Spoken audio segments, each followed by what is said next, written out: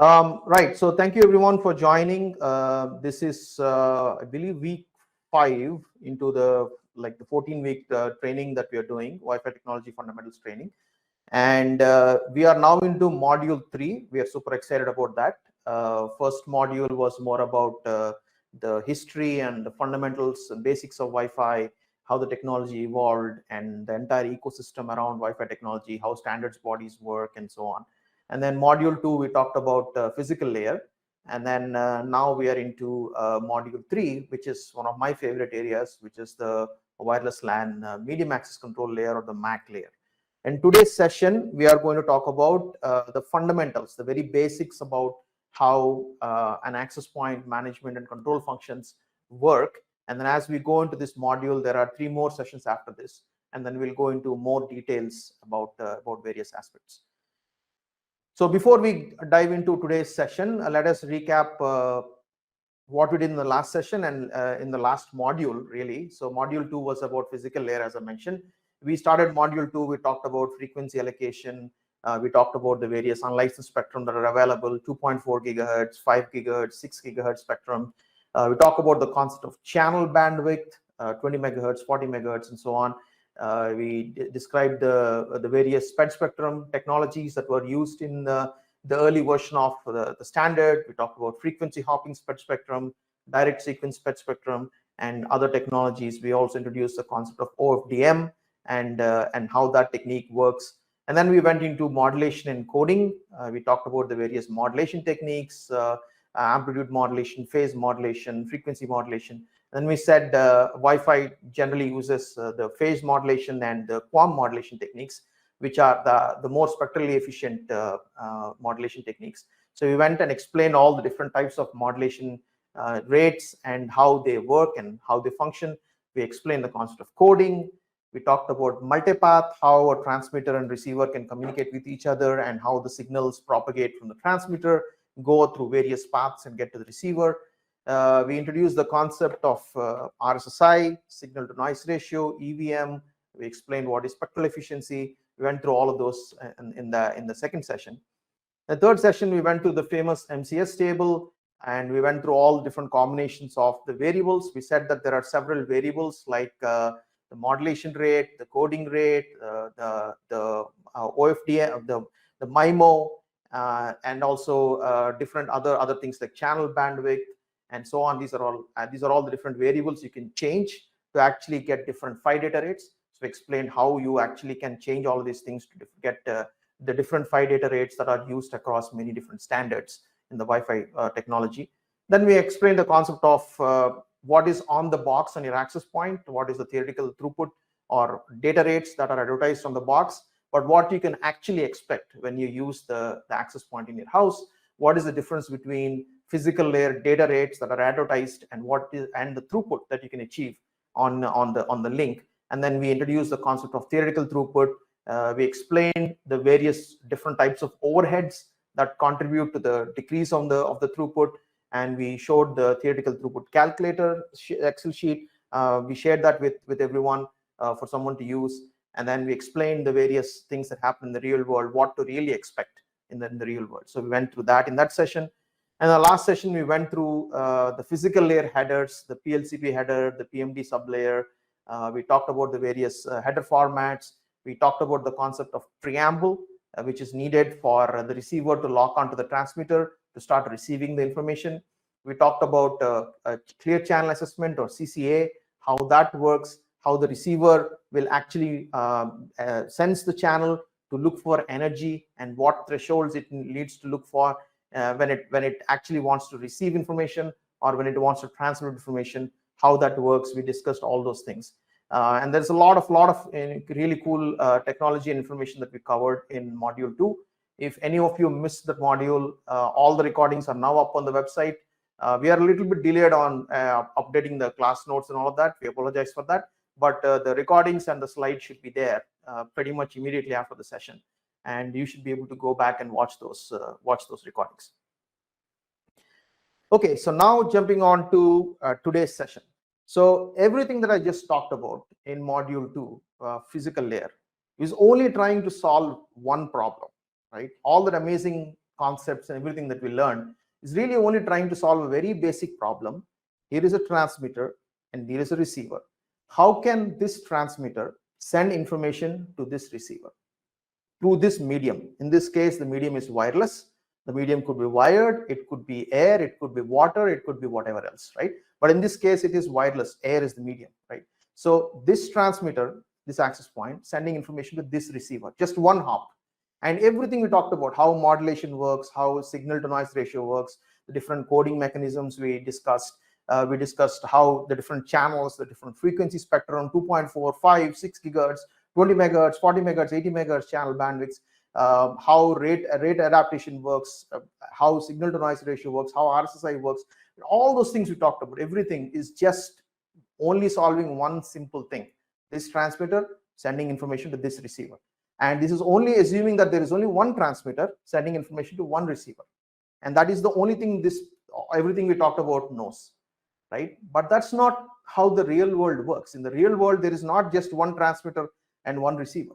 There are many transmitters, meaning many access points, and many receivers, which are connected to one access point. Let's say this access point, there could be 10, 20 devices connected to the access point.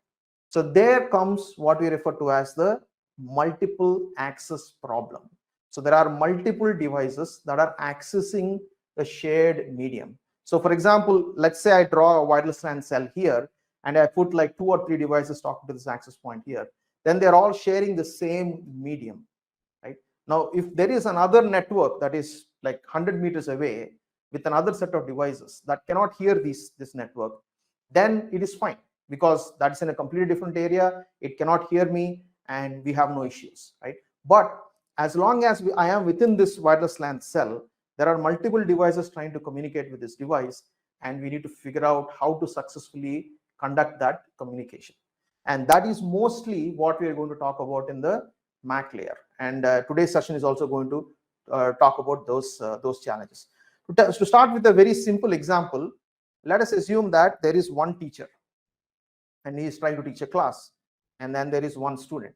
Now it's the same as this concept, right? That there's a teacher, which is an access point, there's a student, which is there is a phone, which is a student, and they are talking to each other. As long as they know, they understand each other's language, he is speaking English and he's speaking English, she's speaking English, they are able to understand each other, there is a protocol, and they're pretty close to each other, they can hear each other well, the communication will go fine, and there are no problems, right?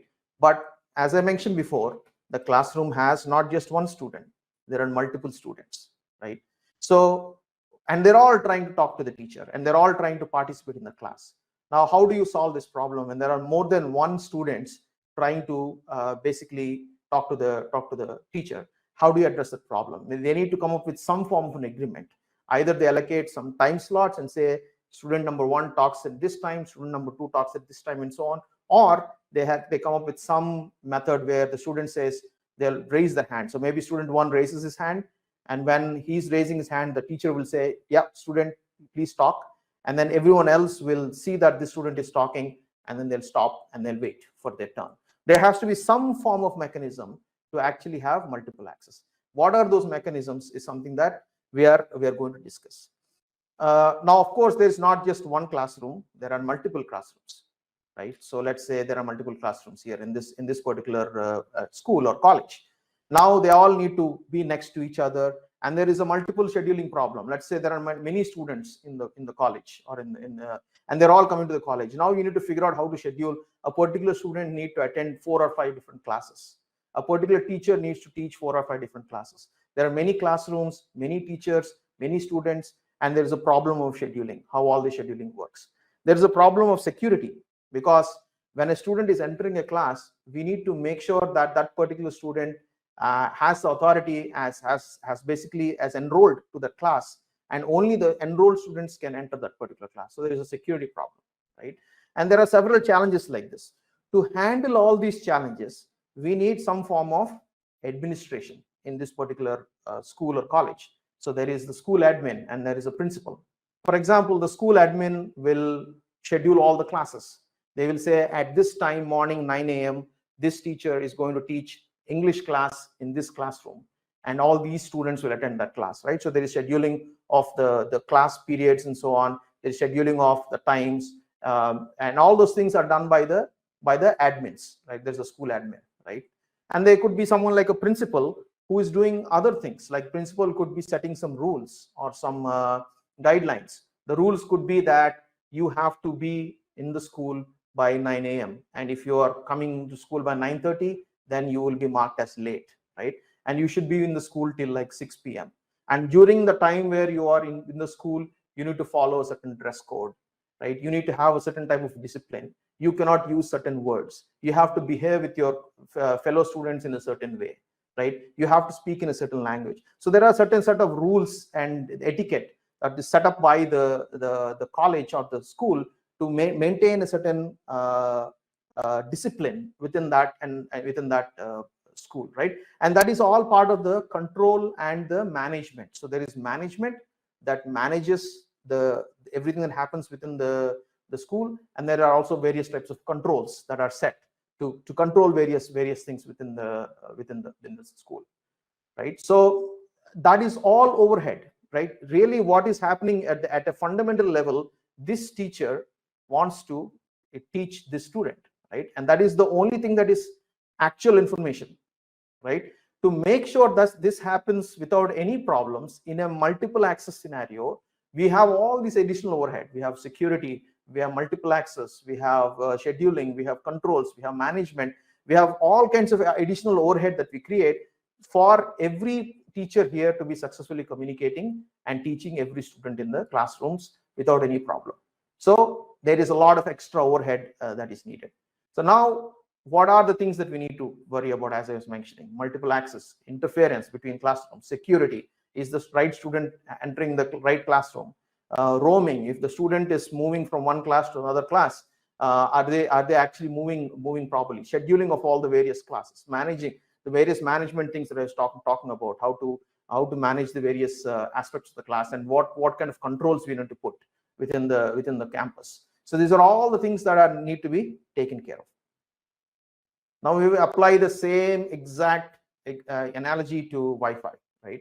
Now, in this case, the Wi-Fi router is nothing but your teacher, and then let's say all these Wi-Fi stations are your students, and then you have multiple cells, and each cell could be a classroom. So let's assume that there is this one Wi-Fi cell, and it is serving all these. There is one access point here in this Wi-Fi cell, and that is serving all these devices. And we need to figure out how to make sure that these devices can successfully communicate with this access point without any problems, without any issues, right? And there is a lot of protocol and a lot of technology behind it. Now, all these access points are connected to the network, and then we have some network elements that are doing the management and the control functions. Let's say there is something like a radius server or an authentication server. So radius server, for example, could do authentication, authorization, and accounting, right? So authentication would mean that just like the school example, when the student enters the school, someone is going to check their badge to make sure that they have the right badge and they have the right ID to enter the school, right? So there is some authentication mechanism, right? You need to check if the student is in good status with the school, if they have paid the school fees, and if they are enrolled as a proper student who has paid all their fees dues and there are no late fees and so on, right? So there is some accounting aspect, right? So there are various things like that need to be taken care of, some network entities like radius servers. And then there is the controller, which could be acting like the school principal, and they are pushing various configurations, sending various instructions. Like, for example, the principal could send a memo to all the faculty members that today there is something going on, so we need to do certain things. There has to be certain dress code because today is Independence Day, so there has to be certain dress code in the classrooms. The principal can send a memo. Similarly, the controller can push a configuration to all these access points and say, follow this rule for this time, set this particular bandwidth restrictions, or set this particular QoS policies and things like that. And the controller can manage all these Wi-Fi access points, and that is something that is done as a part of the network. And all of this is extra overhead that we have to deal with this multiple access problem, where there are multiple devices talking to multiple access points in multiple cells in the network, right? Now, this is the big problem, and the rest of this module and the next module and the module after that is going to go into detail about each and every aspect of these things, right? And then we're going to talk about controller architectures, we're going to talk about all of that. But if you look at this one module, module 3 is only going to focus on this area, just a single wireless LAN cell with a single access point. And we're going to talk about how these clients, these multiple clients, can successfully talk to an access point in a single wireless LAN cell, and how that medium access actually works. So that's the scope of this particular module. The next this session and the next 3 sessions will focus only in this area. Now we'll get outside this area as we go through the course, but that is fundamentally what we are going to talk about. Okay, so let's pick another example of how a device connects to a Wi-Fi network. So let's take an example that most of us are aware of. Let's say you're going to board a flight, you're going to the airport, and you have some time, and you're hungry, and so you want to go to the food court and get some food, right? So you walk into the food court, and the food court looks like this, what you see in the picture. There are small fast food restaurants all around with a big logo name on it. And then you stand in the front and you do a rough scan, right? You'll say, okay, let me turn my head around and see what's around here. Okay, there is Burger King, there is Subway, there is some other restaurant, there's some other restaurant, right? So you'll do a rough scan of all of those things. And then let's say you are interested in one area of the food court. So then you'll start walking towards that area, and then you'll do a more detailed scan. So let's say today I feel like having a Subway sandwich, right? So then I go to the Subway booth, and then I start checking the menu, right? And the menu tells me what type of sandwiches they have and all of that, and I'll do some scan of the menu, and then maybe I'll start a conversation with the person at the restaurant, at the cash register, and say, initiate a conversation. And I also check on other things. I'll say, okay, I have a flight to catch in 1 hour. How long will it take for them to serve the food? How long a line is there in front of Subway? Like, are there 10-15 people waiting for food, or is it just me, right? Can I get my food faster? So I'm going to figure out all those things, like what kind of load that is there in that area. I'm going to figure out all of that. And is this food something that I like? Is it compatible with me, right? And then you'll check all of that. And then once I check everything and I've decided I want to have food there, then I'm going to basically pick an item, and then just make the payment, and then they'll give me a token, right? And then that token is going to basically give me an ID or a session ID, where I'll wait for my food, and once I get my food, then I'll have my food and I'll leave, right? So that's kind of what we refer to as generally as a food court experience. Now you apply the same thing to Wi-Fi. When I walk into this office, right, and my phone is with me, right, my phone will automatically scan and try to find all the Wi-Fi networks. Just like I'm scanning for all the restaurants to find food, I'm scanning for all the Wi-Fi networks. But with my eyes, when I'm in the food court, I can actually see all those names. But how can I scan? What is happening in the air where I can scan a Wi-Fi network? So if there is an access point up in the ceiling here, that access point must be doing something or sending some information which I am able to receive and say and identify that access point, right? So that is what is called as a beacon frame.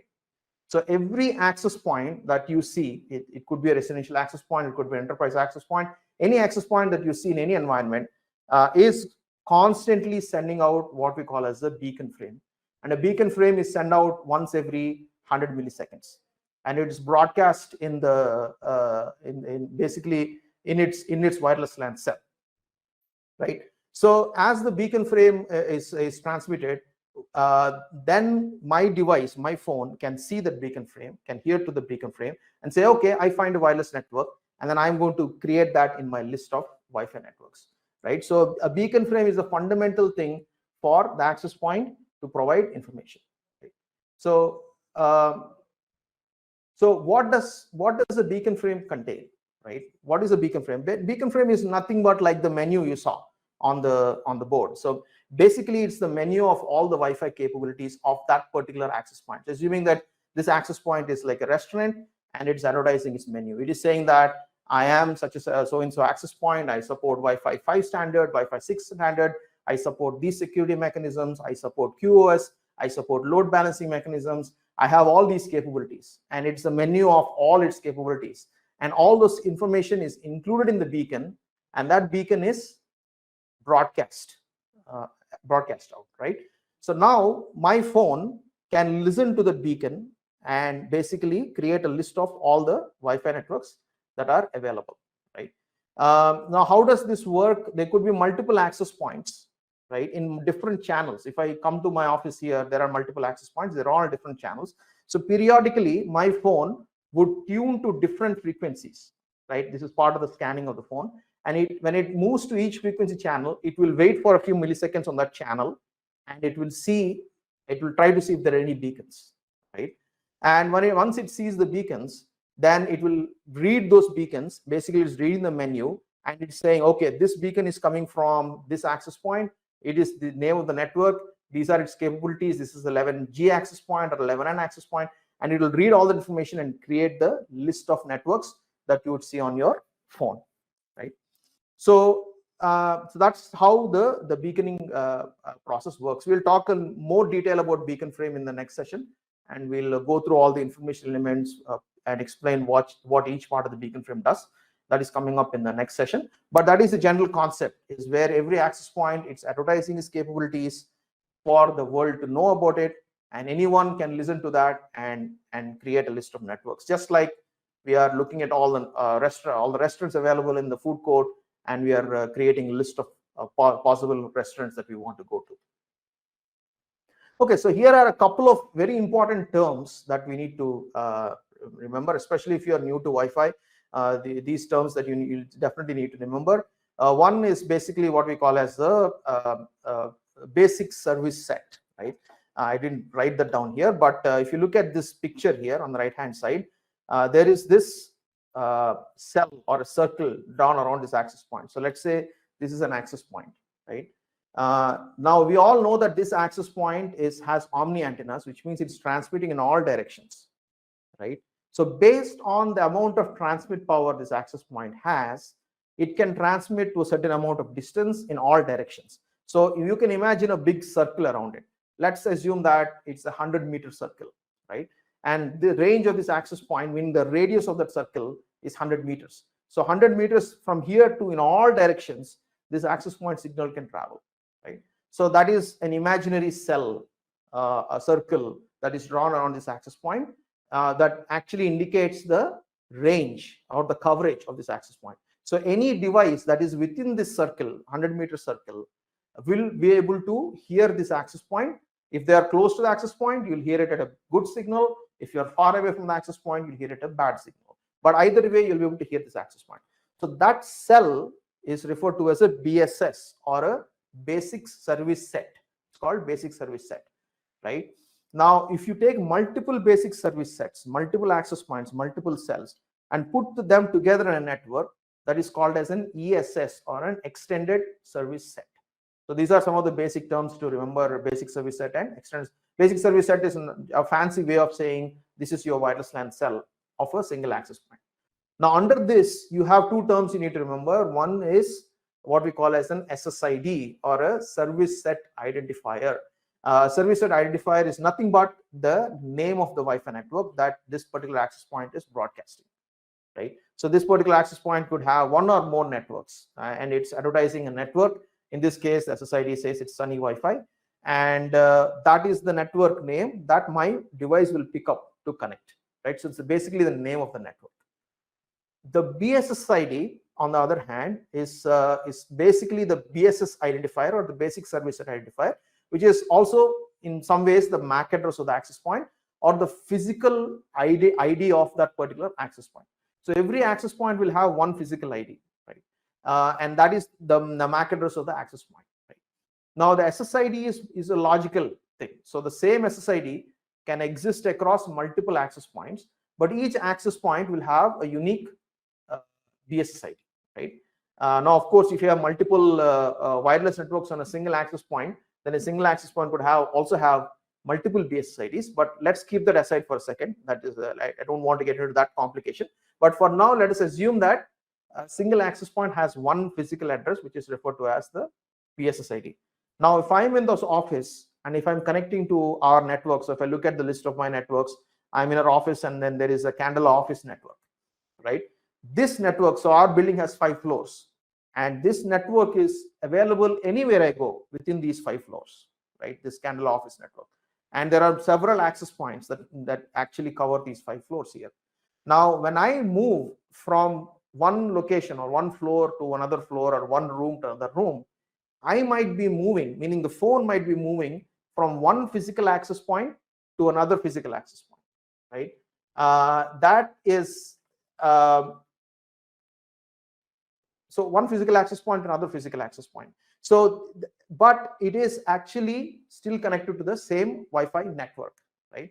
Even though it moved from one physical access point to another physical access point, it is connected to the same Wi-Fi network. And I might not even imagine, or I might not even know that I moved from one physical access point to another physical access point, but I'm connected to the network, and I'm able to browse the internet. I'm doing all that. So SSID is a logical name, that or network name, and that network can exist on one or more physical access points, right? So for those of you who are new to Wi-Fi, if you want to do this interesting exercise, next time you go to your office, go connect to your office network, and basically you can use some form of client utility on your phone, and it will tell you what is the SSID and what is the BSSID it's connected to, and then move your from one room to another room and little bit far away, and then you check to see if you're still connected to the same Wi-Fi network, and now check the BSSID. Most likely the BSSID would change because you're connected to a different physical access point. So this would be an interesting exercise to do if you're new to Wi-Fi.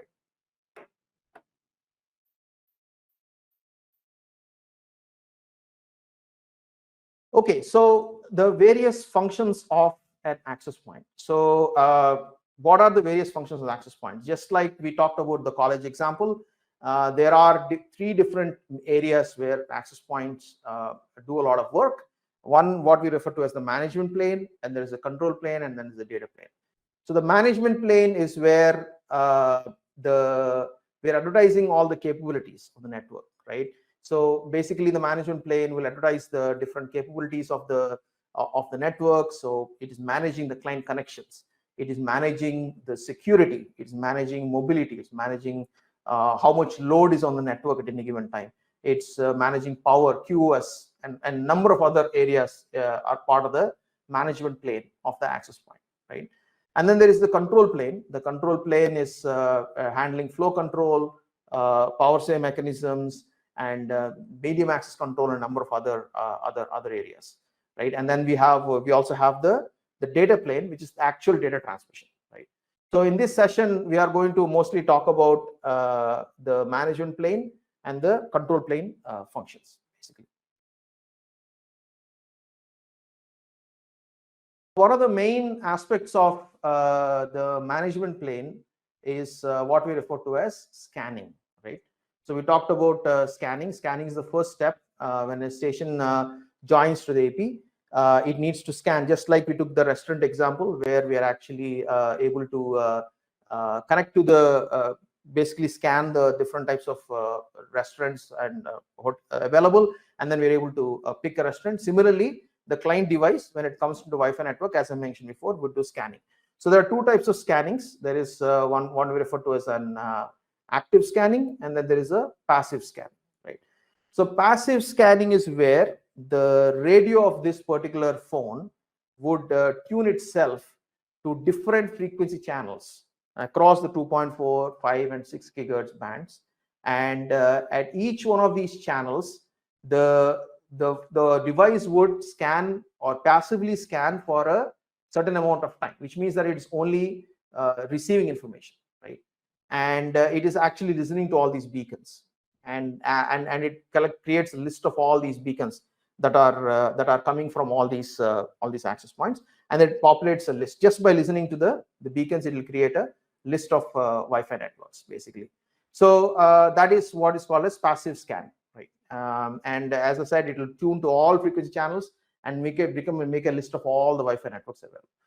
Active scanning is where you're actively trying to do something, which means that the client will now try to basically actively try to send a message to an access point to try and connect with it, right? So the idea here is passively I did a rough scan. I found out all the restaurants that are there. I know what all restaurants are available. Now I know that I want to basically go to this area and work and pick and try to basically have food at this restaurant. So then what I'll do is I'll send a probe message, or what we refer to as a probe request from the client. So this is a broadcast probe request, meaning I am tuning my client's radio to a particular channel, and I'm sending this broadcast message saying, hey, can you tell me who are the access points available there? Who can I connect to? It sends a broadcast message. And in that message, the client will advertise its capabilities, right? It will tell about itself, what it's capable of, what standards it supports, and so on, right? And it sends the broadcast message. Any AP that is listening to the message on that channel can look at the capabilities of the client and decide to respond to the probe or ignore it, right? Now, when will the client AP decide to respond to the probe? When it wants to admit the client, when it feels like it has enough bandwidth available and it is able to support the client.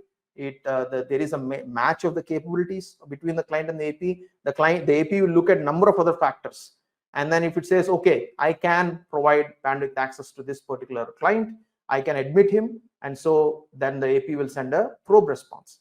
In the probe response, the AP will send all the details about itself, right?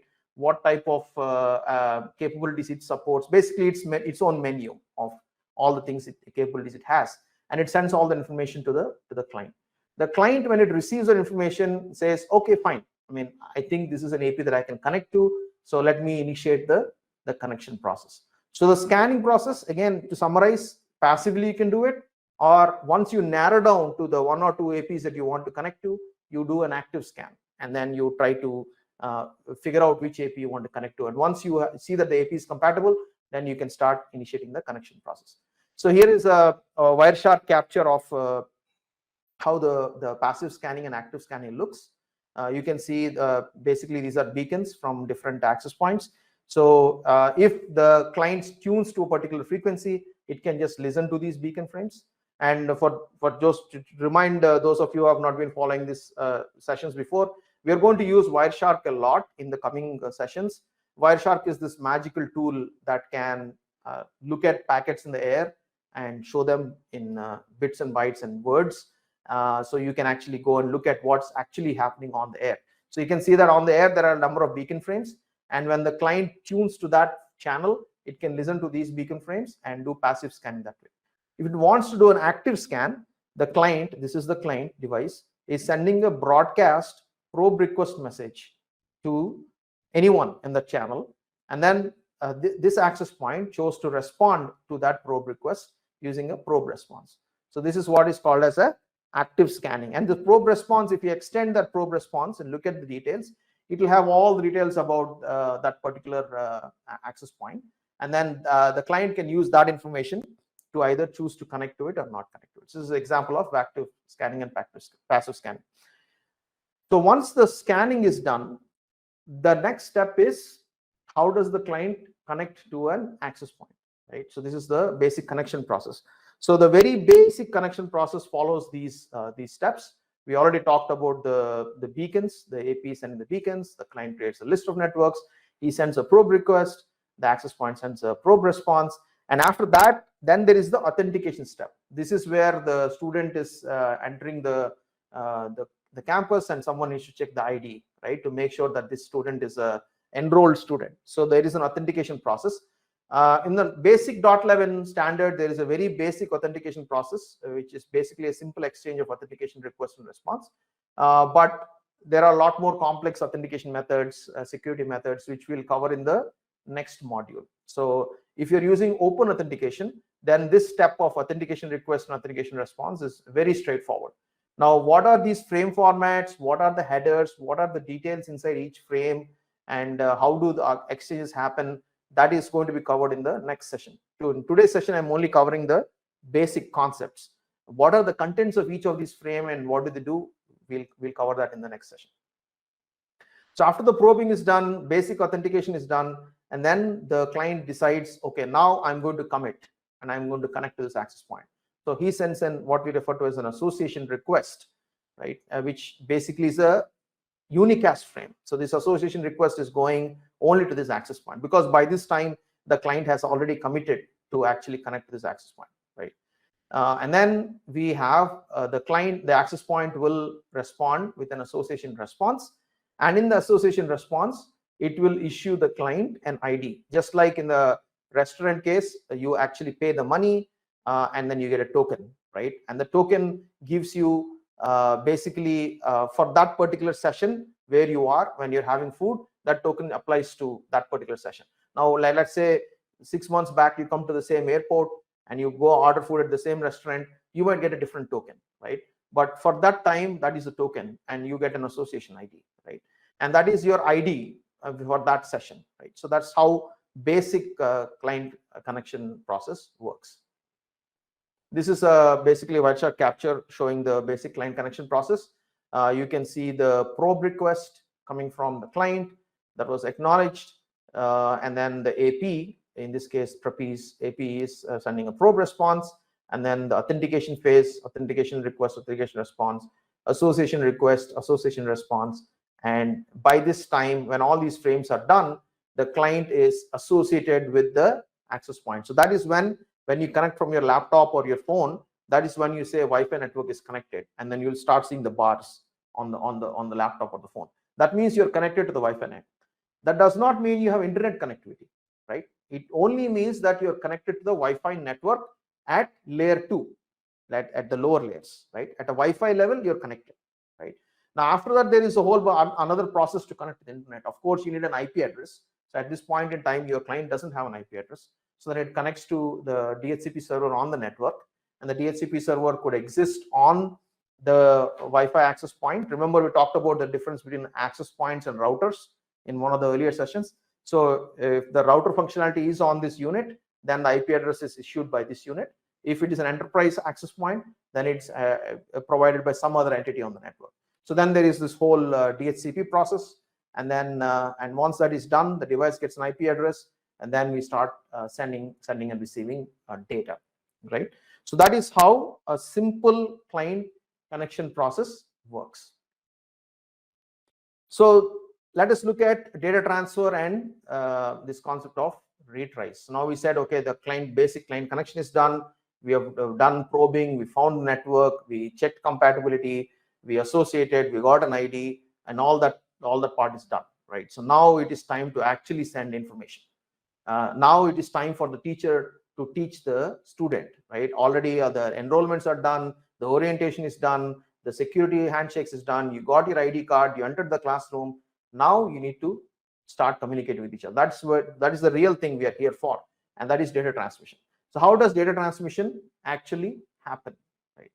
In Wi-Fi, if you look at the Wi-Fi medium, let's say this device is transmitting data to this device.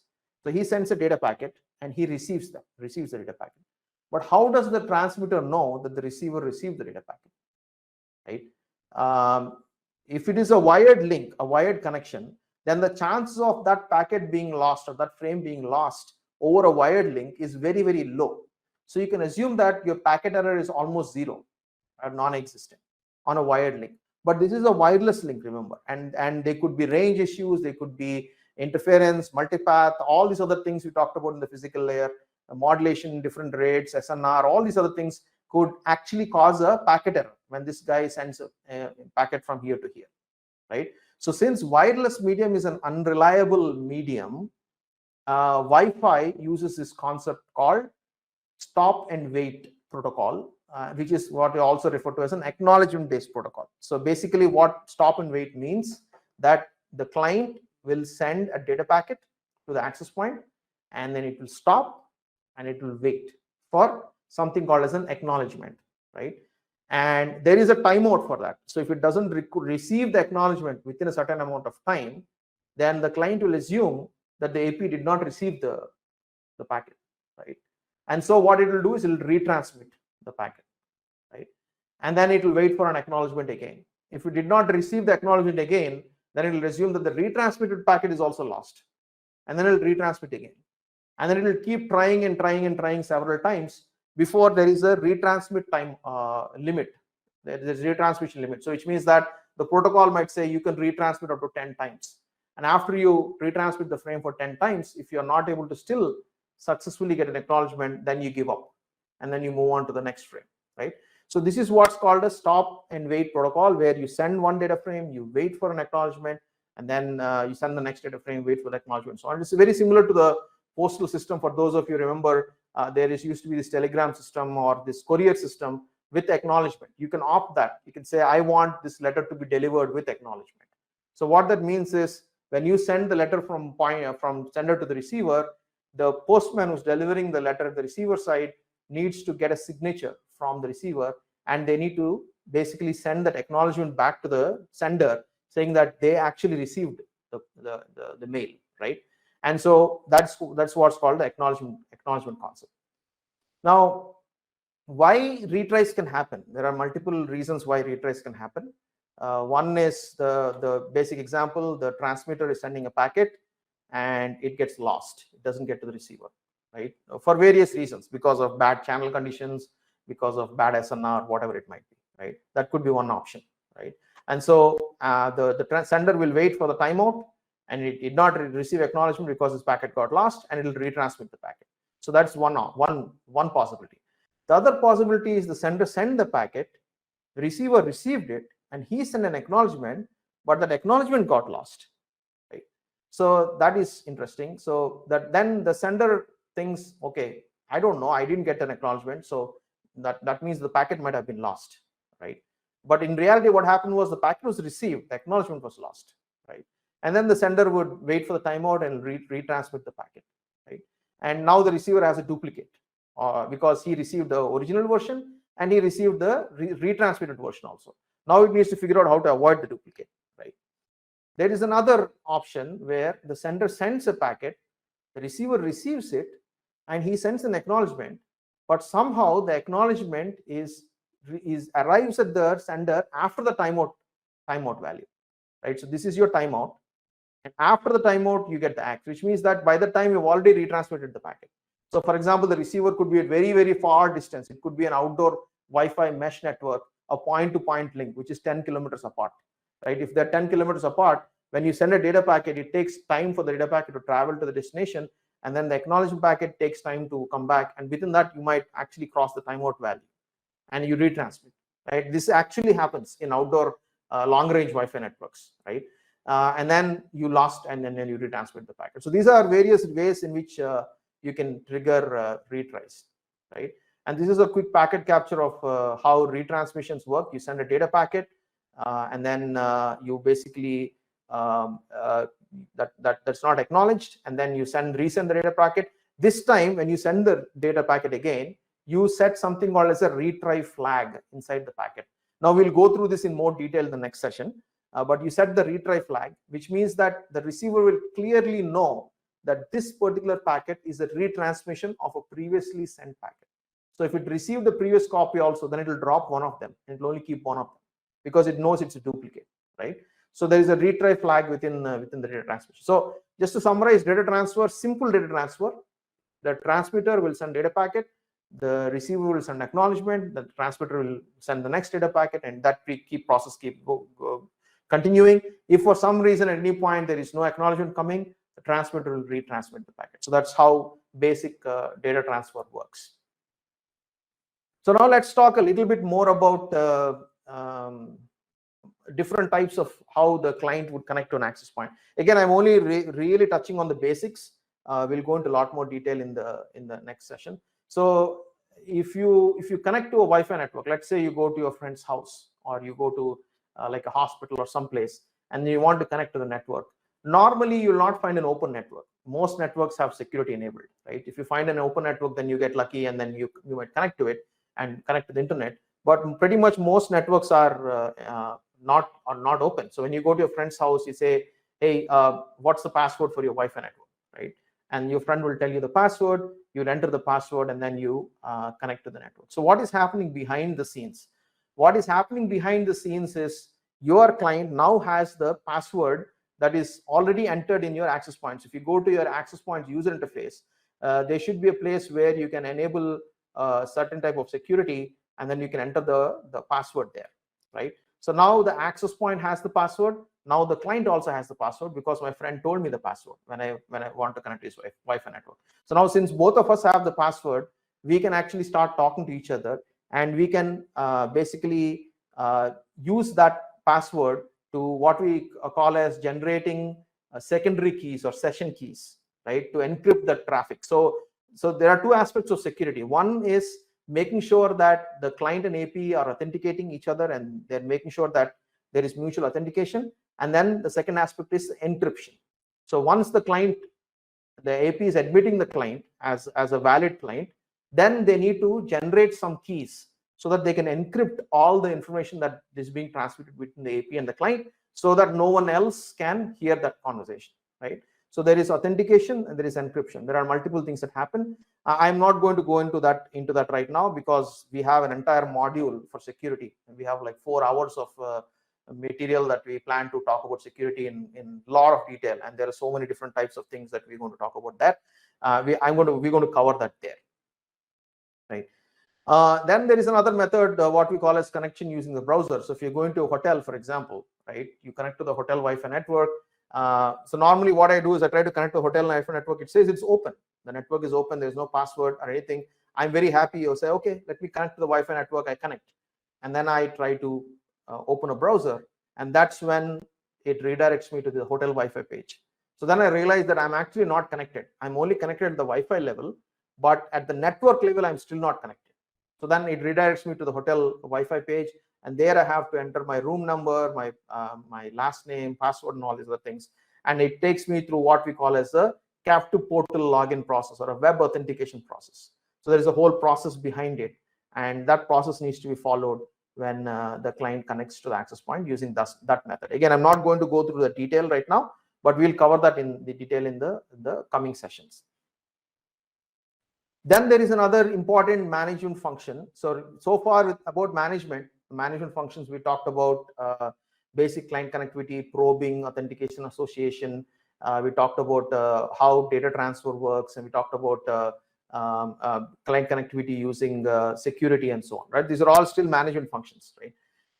Now there is another important function called rate adaptation. So rate adaptation, as we mentioned before, is nothing but how the access point can stay connected to the station at different distances. When it's very close, the idea there is the access point should be able to transmit at the highest possible data rate, the highest MCS rate, to get the most amount of throughput, but still maintain a reliable connection.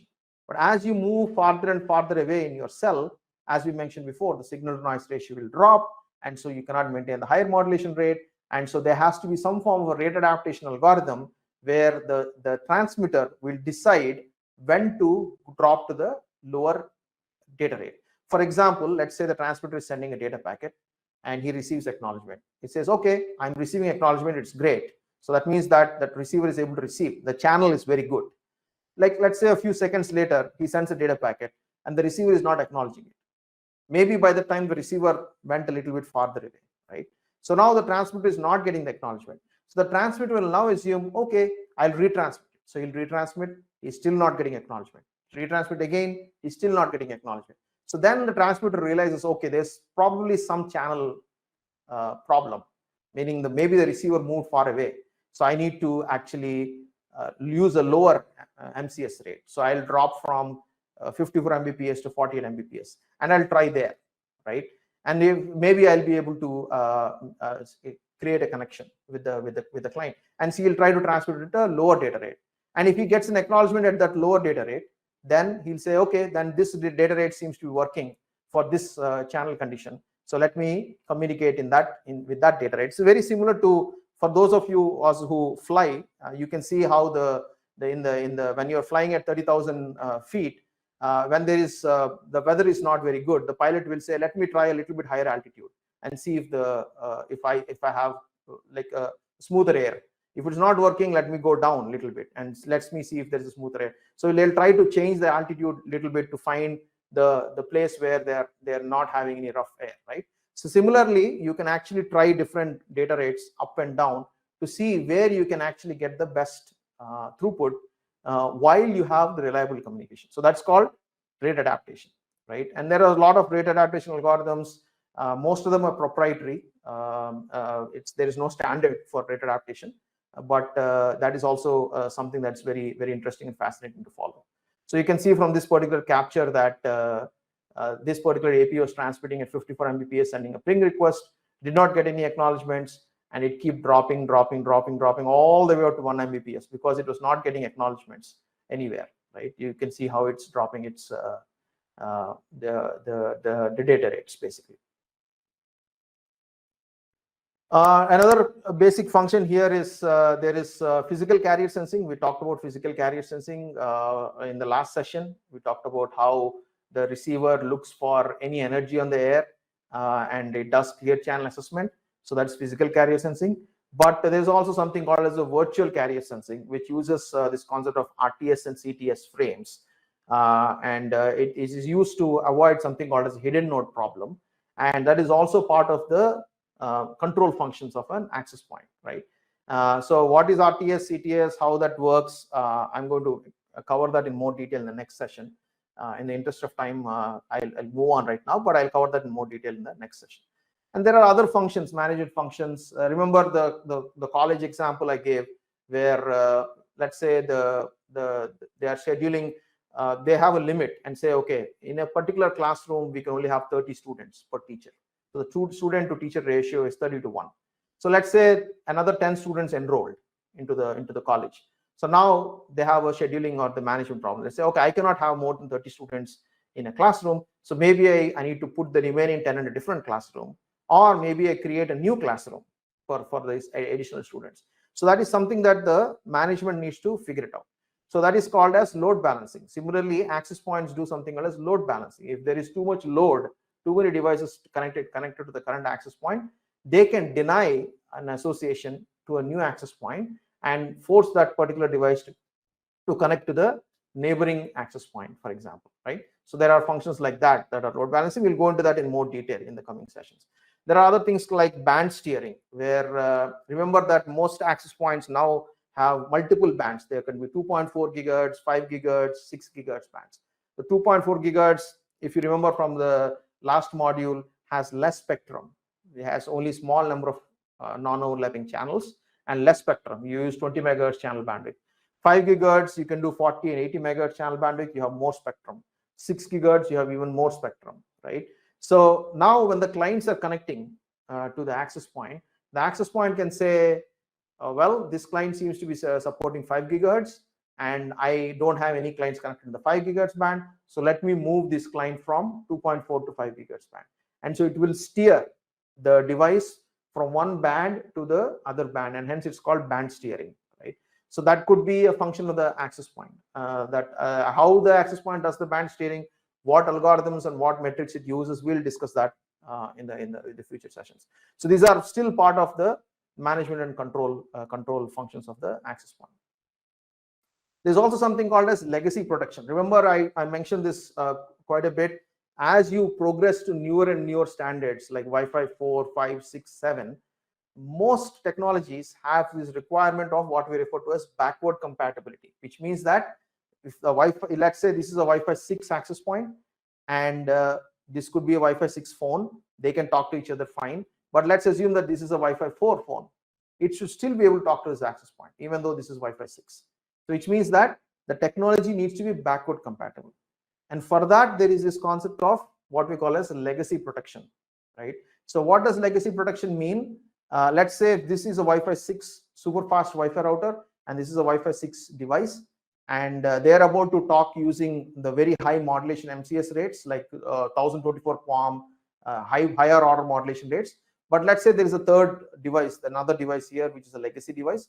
This access point needs to inform all the legacy devices using legacy rates, saying that I am going to now talk to this other device at a high rate. Can you please back off, right, for that duration? So that information, where it is reserving the bandwidth for high bandwidth, fast transmission, needs to be communicated using low data rates, so that everyone in the cell will know, right, that this communication is just like the teacher can say in a common language, in English, to all the students, that I am going to talk to this student in Spanish, right? Because the teacher and this student know how to speak in Spanish. They can talk to each other, but no one else understands Spanish. So the common language in the wireless LAN cell is English. So the teacher will say, students, I'm going to, in English, the teacher is going to say that I'm going to talk to the student in Spanish now. And then everyone will understand that there is a conversation going on. They may not understand what it is, but they know there is a conversation going on. So they need to back off, right? And so it's called legacy protection. If you want to avoid legacy devices, there's something called as a Greenfield mode. So this access point can say, I am going to operate in Greenfield mode. What that means is I am 11 AX, a Wi-Fi 6 access point, and I'm only going to admit Wi-Fi 6 devices. If there is any other device from the base standard, I will reject the connection, right? So that there are no legacy devices in my wireless LAN cell. Then everyone can, all the devices that are connecting can all use the high-speed transmission. Just like you have these carpool lanes in highways.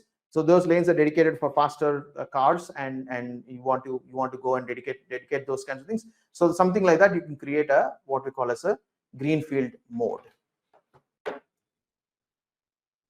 And there are other functions like power management. Again, we'll talk about this in more detail. This is also a function. Remember that these devices run on batteries. They need to save power. So there are interesting power management protocols that are implemented.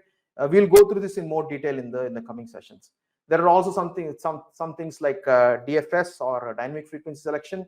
This is to avoid radar. As we mentioned before, in 5 GHz spectrum, there are some channels that are allocated for radar communication. So for the access point to operate on that channel, it needs to follow certain rules. And to follow that rules, the access point has to follow certain protocols, and that's part of the management function of the access points. So again, what is DFS and all that, we'll go through that in more detail in the coming sessions. And then there is the very interesting problem of roaming, right? Where basically there are multiple wireless LAN cells, and the device needs to move from one cell to the other cell. How does that roaming process work? And who decides to roam? When to roam? Like, does the client decide to roam? The AP decides to roam? Like, when does the roaming process get initiated? How does the roaming successfully happen? And when the client is moving from one AP to the other AP, if there is a secure connection with the current AP, how can it actually maintain a secure connection with the other AP? And if it is running some bandwidth sensitive traffic, how can it make sure that there is no packet loss? How can it roam very quickly? All these are very important in interesting aspects related to roaming, which again we'll cover in a lot more detail in the coming sessions. So those are generally the basic management and control functions of a wireless LAN access point. And we talked about basic connectivity, connectivity with security. We talked about rate adaptation. We talked about load balancing, band steering, and all these other areas. Right, so that's the high level of what happens in the MAC layer and how we solve this medium access problem. Everything that I talked about today, the idea is to solve that example that I gave you, where there is a multiple classrooms, multiple students in class, they're all trying to access the network. How do they all like work well without colliding with each other? Right, is basically what medium access and multiple access is about. So that's kind of a high level overview. Everything that I talked about, we'll go into a lot more detail in the coming sessions. So here are some references that you can use for today's session, and that's all we have for today. So we'll hand over to the coordinators for the Q&A if there's any questions.